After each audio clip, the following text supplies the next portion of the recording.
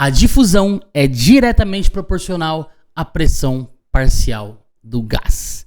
Gente, esse é um dos 3 elementos ali que influenciam diretamente a difusão dos gases e que foram descritos por Fick, na sua famosa lei de Fick, em 1855. E em 2024, quando esse vídeo está sendo gravado, ainda tem muita gente que não sabe a relevância de se conhecer a pressão parcial do gás, de se diferenciar a fração inspirada do gás, para que a gente consiga ter a melhor troca gasosa. E principalmente com uma ventilação, que essa aqui é a continuidade do episódio de semana passada, com uma ventilação pode influenciar nisso, tá? Então sobe a vinheta, porque esse é o 5º episódio da série Fisiologia Respiratória.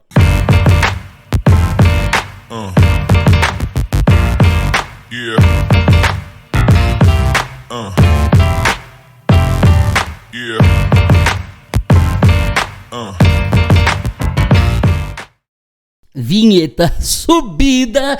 Eu sou o professor Augusto Cruz. Se você não me conhece, vai lá atrás assistir todos os episódios, tá? Eu sou fisioterapeuta, trabalho com fisioterapia intensiva, sou o professor de fisioterapia intensiva, respiratória e ventilação mecânica e criei esta série para você, onde eu utilizo 4 livros, tá? Tenho Fisiologia Respiratória do Schumacher, Fisiologia Respiratória do West, Fisiologia Pulmonar do Levitsky e o Tratado de Fisiologia Médica do Guyton, que eu não vou mostrar porque o meu tá sem capa, tá horroroso pra mostrar. Eu uso esses 4 livros como base para discutir a fisiologia pulmonar, a fisiologia respiratória como um todo, para que você finalmente aprenda e melhore os seus resultados tanto acadêmicos quanto assistenciais com os seus pacientes, beleza? Bom, então começando definitivamente, hoje é uma continuidade do episódio sobre ventilação e nós vamos falar sobre sobre pressão parcial dos gases e principalmente o impacto da ventilação sobre essa pressão. Só que é extremamente importante, né, a gente diferenciar pressão parcial de pressão atmosférica e de fração inspirada.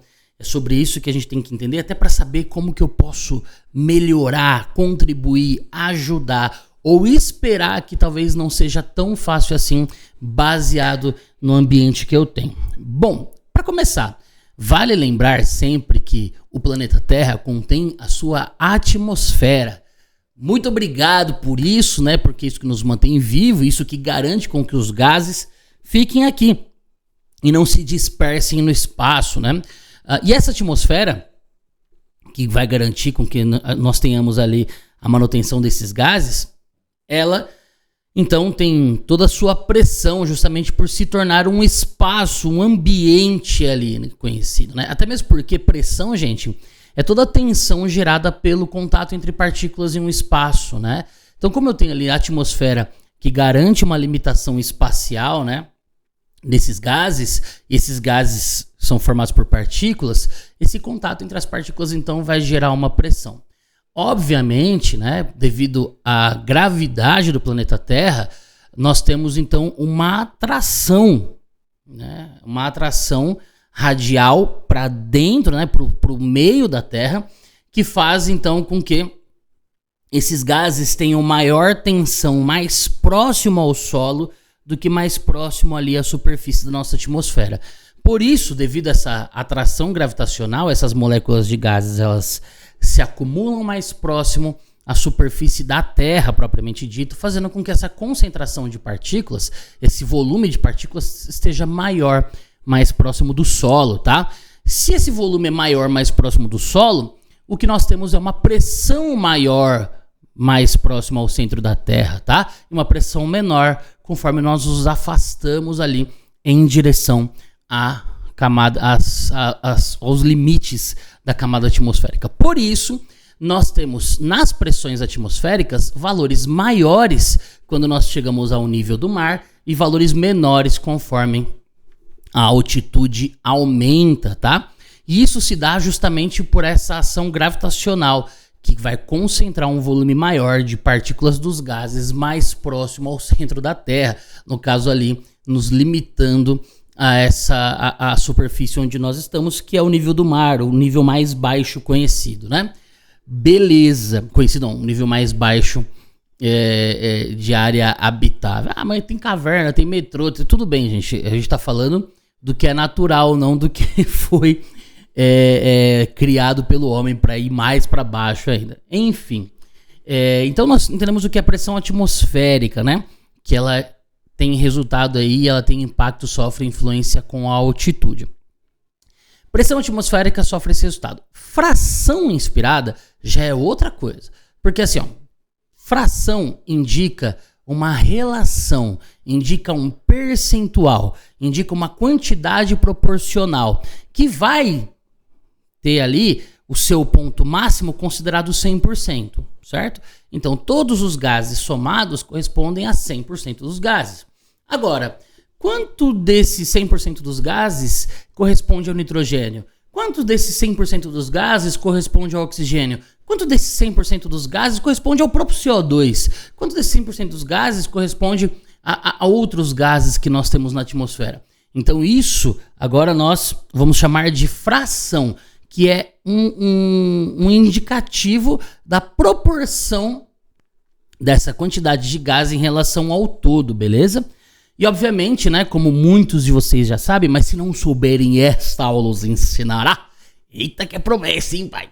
O nitrogênio, o N2, é o gás que tem maior quantidade na atmosfera, tá? Então o nitrogênio, o N2, é o que está em maior quantidade, ocupando, gente, 78,1% de todo o gás atmosférico. Então quando ele fala que está em maior quantidade, sim, é muita coisa, tá? Quase 80% do gás que a gente inspira é composto por N2, tá? Então, especificamente, 78,1% de gás nitrogênio na atmosfera.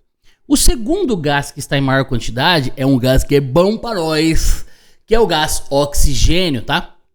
Não que nitrogênio não seja. Nitrogênio também é inspirado, tá? Nitrogênio participa principalmente da estabilização dos alvéolos. Mas o oxigênio, a gente entende que é a nossa fonte de energia, né? Onde as nossas células vão produzir ATP em grande quantidade. E esse oxigênio que entra para o sangue para ser levado até as células, ele está ali, compõe aproximadamente 21%, mais especificamente 0,2093%, se a gente for fracionar, né? Arredonda-se para 21 por conta dessa proximidade, mas o valor exato é 0,2093%, que é pouco perto do que muitos pensam, né? As pessoas que não conhecem esses dados pensam que a maior quantidade é oxigênio em vista da importância do oxigênio, mas não. Nós temos hoje uma concentração de aproximadamente 21%. No passado já foi menos, tá? Quando você para conhecer ali a fração do gás oxigênio na história do planeta Terra, nós temos momentos ali com flutuações e variações dessa fração inspirada para 10%, 16%, 18%. E nesse momento que nós estamos vivendo aqui, nessa era que obviamente demora milhões de anos para se mudar, nós temos aproximadamente 21%. Bom, o dióxido de carbono, que é um gás produzido por nossas células lá no metabolismo aeróbio, né, especificamente lá no ciclo de Krebs, ele é exalado e eles são utilizados também... Opa, eu estou chutando a minha câmera aqui. Eles são utilizados também pelas plantas para produzir a energia delas mesmas, o que faz parte ali do ciclo também da produção do oxigênio. Mas esse dióxido de carbono, uma parcela muito pequena dele se mantém ali no gás atmosférico, né? Em torno de 0,03, 0,04% desse gás. Existem literaturas que falam que é em torno de 0,0003. Então tem uma pequena discrepância, obviamente que muda bastante o volume, né? Mas existem literaturas que divergem, que flutuam em torno de 0,0003 a 0,04% desse gás. Uma quantidade muito menor. Nós também temos outros gases, tá? Aproximadamente 1% de argônio e outros gases, enfim. Mas os três principais, que são gases que a gente entende como gases respiratórios, né? São o nitrogênio, o oxigênio e o dióxido de carbono, que é um produto desse gás. Não vamos nem falar, por exemplo, sobre gases que são produto ali de combustão, né, como monóxido de carbono. Aí são outras coisas que o ser humano acabou promovendo ali, produzindo e que acaba sendo lançado na atmosfera. Mas nós não estamos falando sobre a saúde do planeta, nós estamos falando sobre a saúde do ser humano, que tem muito a ver uma coisa com a outra. Então cuide do planeta você também. Bom, então entendemos o que é pressão atmosférica e entendemos o que é fração inspirada. Guto, na altitude, a gente vê os jogadores lá, né, que vão jogar a Libertadores lá em Quito contra o Independiente del Valle, que é uma cidade muito alta, né? E eles usam oxigênio e tal. Isso é porque eu tenho uma fração inspirada de oxigênio menor ali? Não temos um percentual menor. O que nós temos é menor pressão. Então é muito diferente, tá? O que a gente tem que entender é a pressão do gás, ela é menor conforme a altitude, né? Então, devido à ação gravitacional da Terra, gente, a força gravitacional da Terra, nós temos uma atração das moléculas do gás mais para o centro, tá? Ou seja, mais próximos à superfície da Terra.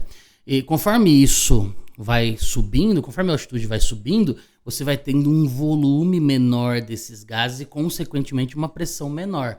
Então, a ação gravitacional, a atmosfera mantém esses gases aqui e a força gravitacional faz com que a maior parte desses gases estejam mais concentrados, mais próximos ao solo, tá? E quanto mais baixa for essa altitude, mais próximo ao centro da Terra, maior vai ser esse volume e essa pressão parcial desses gases. Então, essa pressão ela é sempre maior ali no nível do mar e ela é menor conforme essa altitude vai subindo devido às forças gravitacionais da Terra. Então, o que acontece é que a cidade de Quito, por exemplo, lá quando o seu time vai jogar Libertadores contra o Del Valle, você tem uma altitude muito grande. Deixa eu pesquisar rápido aqui, né? Você tem uma altitude muito grande. Altitude Quito. Quito tem 2.850 metros, cara. O nível do mar é considerado zero, né? Por exemplo, São Paulo tem 760 metros e Quito tem 2.850 metros, cara. Isso é muito baixo, né? Então, isso é muito alto, perdão. Nós temos um nível de altitude muito diferente, 4 vezes quase maior do que a altitude de São Paulo. E, obviamente, essa pressão do gás ela vai ficando cada vez menor conforme a altitude. Ainda assim, muita gente confunde, né? E acha que por conta dessa pressão ser menor, a fração do gás é menor. E não, gente. A quantidade proporcional desse gás continua a mesma. Então, lá em Quito, a 2.850 metros de altitude, nós também temos os 0,2093 de oxigênio, ou 20,93% de oxigênio, e os 78,1% de nitrogênio, tá? A fração, a quantidade proporcional nesse volume se mantém a mesma. O que muda aí, que é sobre o que nós vamos falar aqui agora, é a pressão parcial desse gás, ou o que muitas pessoas falam, a tensão do gás, tá? E essa tensão é o que vai influenciar diretamente a captação. Porque, como nós começamos o episódio, a difusão é diretamente proporcional à pressão parcial do gás. Ou seja, quanto maior for a pressão parcial desse gás, chegando lá no alvéolo, maior vai ser a diferença entre a pressão alveolar e a pressão arterial. E essa diferença que faz com que a molécula passe, tá? Então a molécula ela vai se deslocar de um meio de maior pressão para um meio de menor pressão. A gente ainda vai ter uma aula inteira sobre difusão, né? Mas rapidamente introduzindo, difusão ela é caracterizada pela passagem de uma molécula através de uma membrana, de um meio de maior pressão para um meio de menor pressão. Ou seja, essa diferença de pressão entre elas influencia diretamente não só a direção da passagem da molécula, mas também do volume de moléculas que vão passar, tá? E pressão parcial do gás nada mais é do que uma simples multiplicação entre a fração inspirada, então aqueles 20,93% de oxigênio, né? Lembrando que quando a gente vai utilizar esse valor num cálculo, quando a gente fala 21 significa que é 21 em cima de um todo, em cima de 100. Então a gente precisa pegar e fazer uma fração antes de colocar isso na fórmula. Então 21% é igual eu vou falar que é 21 sobre 100. Então se a gente pega 21 e divide 100, o que a gente tem é 0,21, beleza? Então esse resultado dessa conta é que eu vou colocar ali na fórmula da pressão parcial do gás. Eu não vou colocar 21 inteiro, é 21 dividido por 100, que vai dar 0,21, beleza? Ou 0,2093, que é o valor mais exato desse gás. Então eu pego essa fração inspirada, tá? Já dividida por 100, e multiplico pela pressão atmosférica baseada na altitude e na temperatura desse gás, beleza?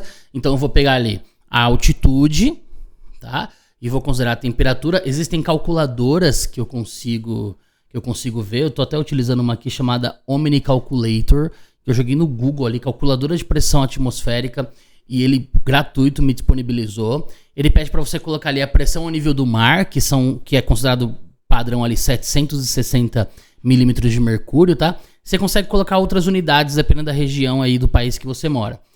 E aí ele pede para você colocar a altitude da cidade que você tá, a temperatura ambiente que a cidade está naquele momento. A temperatura ela vai ter uma breve flutuação, não muito grande, tá? Mas alguns milímetros de mercúrio vão mudar para mais ou para menos de acordo com a temperatura.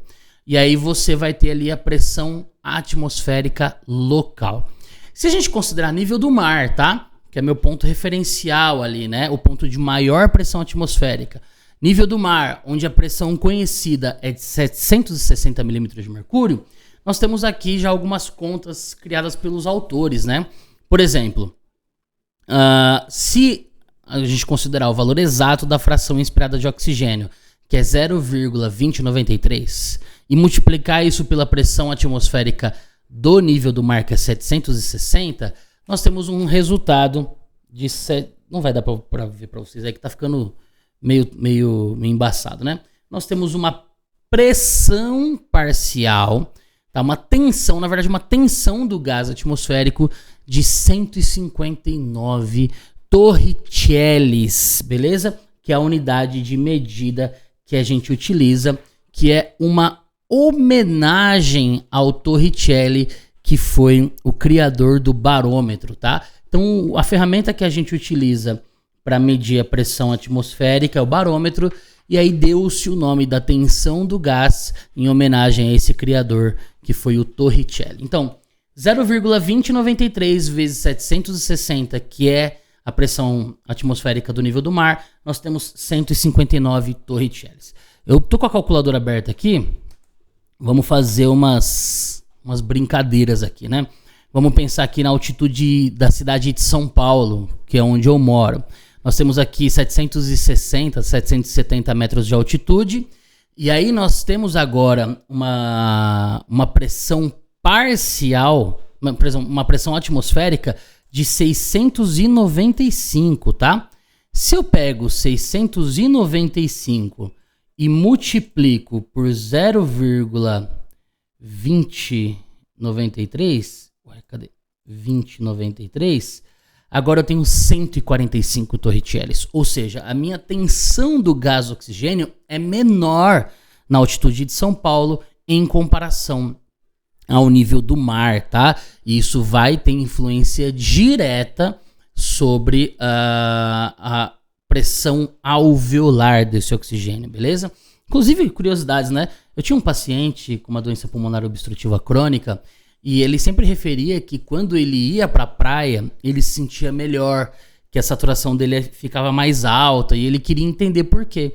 E a justificativa que eu dava para ele é justamente essa, que a nível do mar você tem uma pressão atmosférica mais alta, isso aumenta... Eu não falava assim para ele, tá? Calma. Mas uma pressão de gás mais alta que facilitava ali a entrada do oxigênio para dentro do sangue, tá? Por isso que ele percebia que ele tinha uma saturação maior, ele até se sentia melhor a nível do mar, em comparação quando ele estava na casa dele na cidade de São Paulo. Bom, vamos fazer outras brincadeiras aqui, né? Vamos pegar aqui, por exemplo, a cidade mais alta do Brasil, Monte Verde, Minas Gerais, que tem uma altitude média de 1.555 metros. Joguei na calculadora aqui, nós temos uma pressão atmosférica de 634. Se a gente pega 634 e multiplica por 0,2093, que é a fração inspirada de oxigênio, nós agora temos uma tensão do gás oxigênio de 132 milímetros de mercúrio, menor ainda do que a cidade de São Paulo, tá? Então, olha como as coisas vão caindo, né? Nós tínhamos a pressão do nível do mar. Deixa eu só refazer aqui para não esquecer. Aí travou tudo agora, né? Nós temos uma pressão a nível do mar, de uma tensão do gás de, fazendo aqui, 159, 145 em São Paulo, 132 em Monte Verde.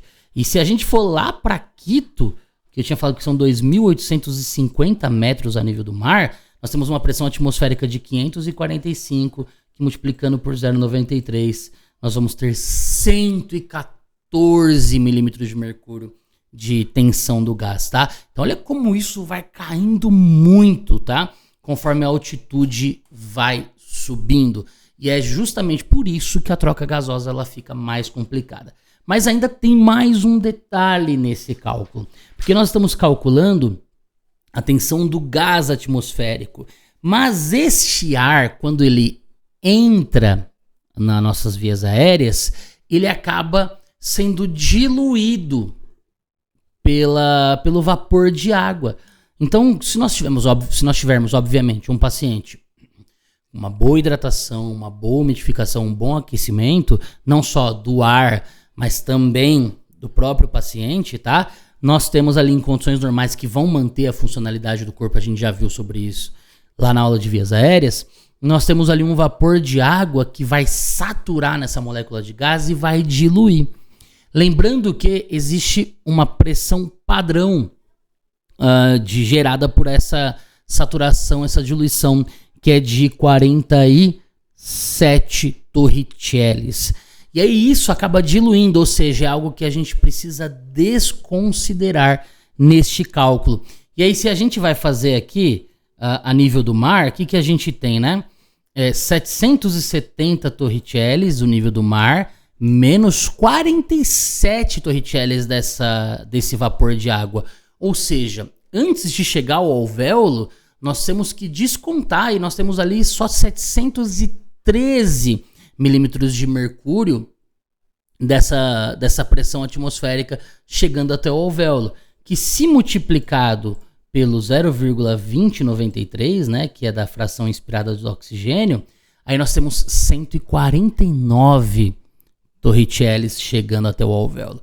Então existe ainda um breve desconto por conta dessa diluição do vapor d'água. E aí eu te pergunto, se isso aqui a nível do mar já tem esse breve desconto, imagina lá na grande altitude que já tem uma pressão reduzida, o que influencia diretamente a troca gasosa, tá? E aí você ainda tem o desconto da diluição do vapor de água, que é natural e acontece em todo mundo. Então olha que louco, cara. Olha que bizarro, né? Você tem pressão atmosférica, a pressão atmosférica vai influenciar diretamente essa tensão do gás. Isso vai influenciar a troca gasosa. Só que antes de chegar no alvéolo ainda tem um breve desconto do vapor de água, em resumo de tudo que a gente está falando, né? Então, a altitude e essa pressão parcial ela vai diretamente influenciar a pressão do gás oxigênio que eu tenho ali disponível no alvéolo do meu paciente. É óbvio que quanto mais inspirações você fizer, mais você vai encher o seu pulmão e mais você vai aumentar a pressão parcial daquele gás. Até mesmo porque a gente não pode pensar que somente os aproximadamente 350 ml de volume alveolar que fazem isso, porque eu também tenho um volume de reserva ESA, eu também tenho um volume residual. Então, antes desses 350 ml de gás renovado chegar, eu tenho toda a minha capacidade residual funcional, tá? Se você não sabe do que eu tô falando, vai assistir as aulas anteriores, porque isso aqui é uma construção de raciocínio gradual. Então, eu tenho lá 3 litros aproximadamente de CRF, mais os 350 ml aproximados ali de ventilação alveolar, que vão fazer essa pressão, né? Então, quanto mais você ventila, mais você vai renovando não somente esses 350 ml, mas todos esses 3 litros de CRF que você tem. E isso, obviamente, vai influenciando diretamente a pressão parcial desse gás. Inclusive, tem descrições aqui na literatura que falam que se você dobra, né, a ventilação alveolar, você aumenta a sua pressão parcial do gás. Mas lembrem-se que essa pressão ela nunca vai conseguir ser maior do que a tensão atmosférica, beleza? Isso ventilando espontaneamente, sem nenhuma suplementação de oxigênio. Mas de CO2 já influencia, já que o CO2 ele vai ter influência direta da produção e dessa troca. Quanto mais você ventila, mais você despenca ali o CO2 alveolar. E quanto menos você ventila, mais você mantém essa CRF composta por CO2 também. A literatura até fala, gente, se você dobra a sua frequência respiratória, você pode reduzir a pressão parcial desse CO2 no alvéolo até pela metade, beleza? E obviamente, se você diminuir metade ali da sua ventilação, você vai dobrar a pressão do CO2 presente nos seus alvéolos. Lembrando que isso é em condições normais, tá? A gente precisa entender que o efeito espaço morto, que eu falei na semana passada, também pode ter influência direta sobre isso. Então, olha que louco, cara. Olha que louco, né? A gente tem a tensão atmosférica, a tensão do gás atmosférico, que é uma multiplicação da pressão atmosférica vezes a fração inspirada de oxigênio. Nós temos um breve desconto gerado pelo vapor de água na diluição do gás até chegar ao alvéolo, e isso vai influenciar diretamente a pressão que eu vou ter ali na membrana alvéolo capilar, né? Que a gente ainda vai falar sobre difusão nos próximos vídeos, nas próximas aulas. Então, gente, sim, a altitude influencia muito. Pressão do ambiente também influencia muito. Por exemplo, quando você está dentro de um avião e você tem a despressurização da cabine, né? Na verdade, você tem a pressurização para manter, mas você está ventilando em um ambiente onde a pressão parcial do gás ela é menor do que a pressão que nós temos aqui embaixo. Aí o que acontece é que você tem uma sensação de mais desgaste respiratório. Inclusive, pacientes pneumopatas O2 dependentes são pacientes que sofrem muito na aviação se não tiverem a liberação ali do uso de um dispositivo de oxigenoterapia, tá? Existem todos os cuidados que a aviação tem, até porque o oxigênio é um gás combustível absurdo, então tem todo um cuidado, uma padronização para a aviação liberar ou não o dispositivo, mas pacientes que têm hipoxemia crônica sofrem muito na aviação, porque a pressão atmosférica, a pressão ambiente, a tensão do gás ali no avião cai. Aí você fala, ai Guto, mas eles falam que se quebrar uma janela vai ter despressurização. O avião não é pressurizado? Não, gente. O avião tem uma pressão abaixo da pressão que nós temos aqui a nível do solo. Mas, obviamente, muito mais alta do que a pressão que ele está ali em vista da altitude, tá? Ele está ali acima de 10 mil pés. Então, essa altitude, obviamente, se você abrir a janela ali, você vai ter uma pressão do gás muito inferior. E isso vai gerar um desconforto respiratório importante. Então é por isso que na aviação eles falam assim, em casos de despressurização, máscaras de oxigênio cairão. E por que o oxigênio? E aí é o final desse vídeo com esse raciocínio. Porque os jogadores que vão jogar a Libertadores da América lá em grandes altitudes, e por que na aviação, quando tem essa pressurização, máscaras de oxigênio caem? Porque justamente se você aumentar a fração inspirada desse oxigênio, você vai aumentar a tensão do gás. Lembra que a gente fez uma multiplicação, né? Que a tensão do gás é pressão atmosférica vezes fração. Na ventilação espontânea sem oxigenoterapia nenhuma, nós estamos ventilando ali com 21% de oxigênio. Agora, se eu pego e coloco uma máscara de oxigênio, coloco um catéter, coloco qualquer dispositivo que vai aumentar essa concentração, eu vou aumentar a tensão do gás. Consequentemente, eu vou aumentar a pressão alveolar desse gás. Então, a oxigenoterapia, gente, a disponibilidade do oxigênio, ela nada mais é do que um recurso para se aumentar os torricellis alveolares. Olha que louco, cara. Então, se eu tenho ali uma condição de baixa pressão atmosférica, que vai influenciar diretamente os torriceles que vão disponibilizar o gás pro alvéolo e pro capilar, eu aumento a fração para conseguir compensar. Então é por isso que você vê jogador de futebol na beira do campo com uma máscara de oxigênio. É por isso que na aviação, caso haja despressurização, uma máscara de oxigênio cai, para você conseguir entregar mais oxigênio para o seu sangue e diminuir esse impacto, tá? Então, a altitude influencia, mas também fração. Como é uma multiplicação entre ambas, o que eu faço? Se eu perco pressão, eu aumento concentração.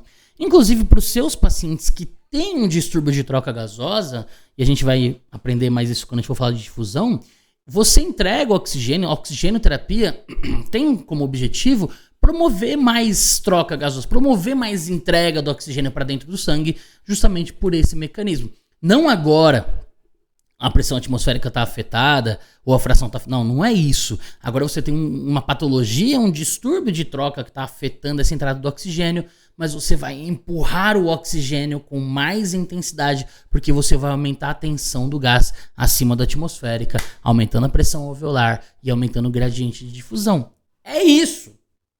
Tá? É isso. Então é por isso que no começo do vídeo eu falo: a difusão é diretamente proporcional à pressão parcial do gás. E hoje nós aprendemos quais são os elementos que influenciam diretamente a pressão parcial do gás. Pressão atmosférica, fração inspirada de oxigênio, e a gente percebeu que também o vapor de água, que não muda, tá? Ele é padrão em todos os pacientes, mas também tem influência direta sobre isso, tá? Se você gostou, dê o like, não esqueça, porque isso dá um trabalho da bexiga. Semanalmente estará aqui gratuitamente para você.